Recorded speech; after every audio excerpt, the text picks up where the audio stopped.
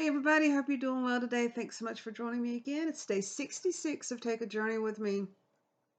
I'm going to dig into the story and the whole book of Esther because it's one beautiful story about her life. The main um, leading people in this book are, of course, Esther, her family member Mordecai, King Xerxes, anyway, I'll just say King from there on out, and Haman. And then there's 10 chapters in this book. I'm going to just give you a great summary, but please, it's just a beautiful story if you haven't seen it. There's a wonderful movie about it as well.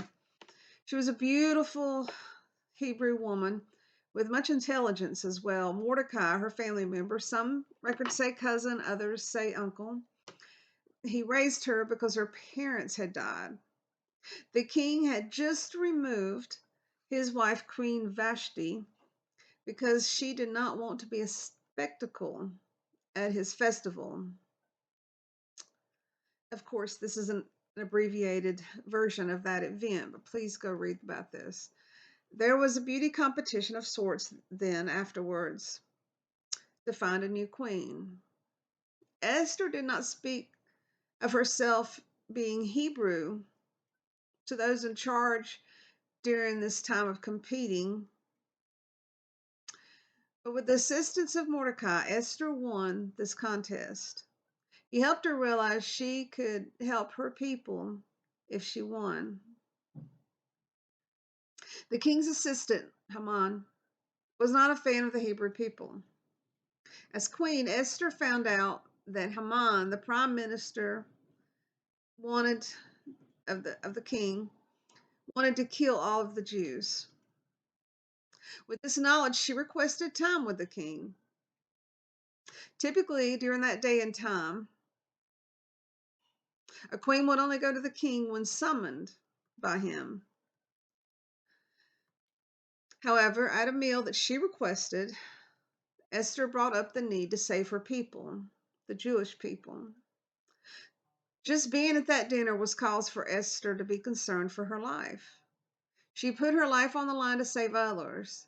In the end, the king stood up for Esther over that of his king's chief advisor, Haman.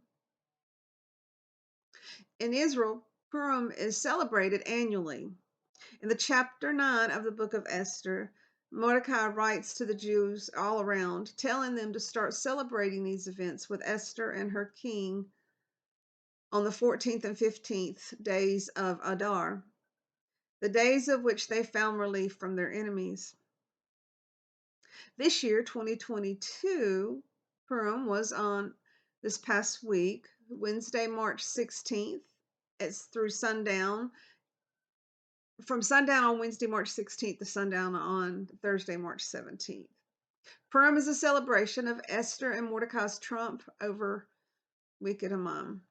On Purim night, they recount Esther's story, and through having parties and wearing masks, as well during Purim, they give back to the community, giving gifts of food to friends and donating to charities.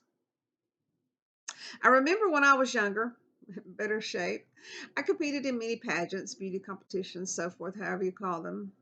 There were some that were completely based on beauty, and even with all the parts that go with the competition as such. There were others that were just about scholastics, which was very important to me. This one particular I was part of. It was a greater goal to show how young women are more than just outer beauty. And I shared before about throughout this journey together that I was in the Miss Veteran America. And the goal there was to both show that there's more to women that have been in the military than the uniform and what we can bring to the table and to help others, but also to help our sister veterans. It's a greater good to help homeless sister veterans. This is what reminds me, Miss Veteran America competition reminds me of Esther because she went through the competition for the greater good. Even if she was stunningly beautiful and that was to her advantage, she was there for the reason of her people. Do we do things today for the greater good of helping people, helping others, or for just ourselves? Sometimes it takes moving to another location to be surrounded by people of different faith than you or belief system of some sort. And that those who helped shape you into the person you are today, that faith and belief system. But in that area, you realize no matter how you act up, maybe like I did when I got in those other environments, you realize how important your upbringing is. I traveled a lot when I was younger, and I was in those areas and great areas and bad, but it shaped me to who I am today, obviously. But I'm so thankful that I was grounded in my faith before.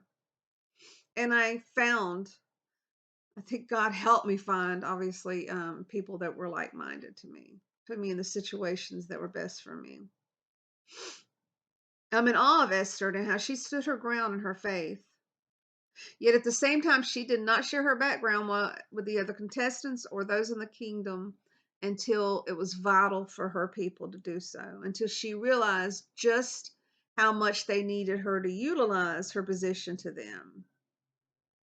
She did this, she risked her life, but in a methodical manner. Just the right time and place to speak with her king about her people. When you're around people who believe differently than you, do you speak up? Maybe you wait until they go so far in their beliefs to belittle your faith or your community, your people.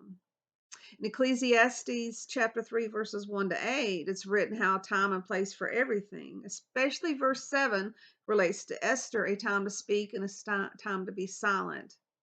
Many of us say and have said, and will continue to say, choose your battles. I believe there's something to this in the story of Esther, knowing just the right time, place, and words to say. Not complaining about every little thing, but more so the core of the thing, the greater issue, which will help the greater good.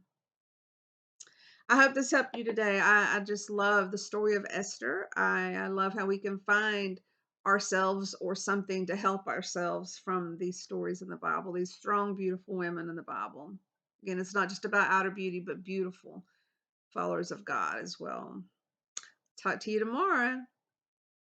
Happy Women's History Month continuing, and go Wolfpack, the women, for Women's History Month and the NCAA championship. God bless. Love y'all. Bye bye.